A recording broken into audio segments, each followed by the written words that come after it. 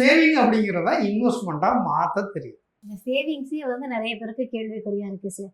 ஒரு 15,000 ரூபாய் சம்பளம் வாங்குறவன்ட்ட போயிட்டு வந்து நீங்க என்ன சேவ் பண்றீங்கன்னு கேட்டா, சேவிங்ஸா இருக்கிற கடன் கட்டுறதுக்கே என்கிட்ட காசு இல்லை, நான் எப்படிப்பா சேவ் பண்றதுன்றது தான் ஃபர்ஸ்ட் ஓகே விஷயமா சொல்றாங்க. இதுக்கு என்ன காரணம்? அடிப்படை காரணம் என்ன?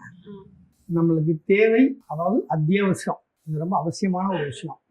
அனாவசியம்னு ஒரு விஷயம் இருக்கு இல்லையா?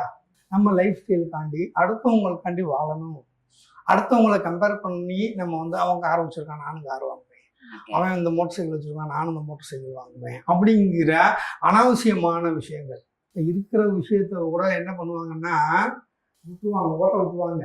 அதை வித்துட்டு கூட தேவையில்லாத ஒரு பொருள், நம்மளுக்கு எந்த வகையிலையும் அது நமக்கு வருமானம் சம்பாதிச்சு கொடுக்காத பொருள் மேலே ஆசையில் கம்பேர் பண்ணி அடுத்தவங்களை கம்பேர் பண்ணி வாழ்றதுக்காண்டி தான் இன்னைக்கு நிறைய மக்களுக்கு கடன் அதிகமாக இருக்கு. கடன் இஎம்ஐ இவ்வளோ பிரச்சனைகள் இருக்கும்போது வாங்குற சம்பளம் நம்ம கடன் கட்டுறதுக்கே சரியாக போயிடுது.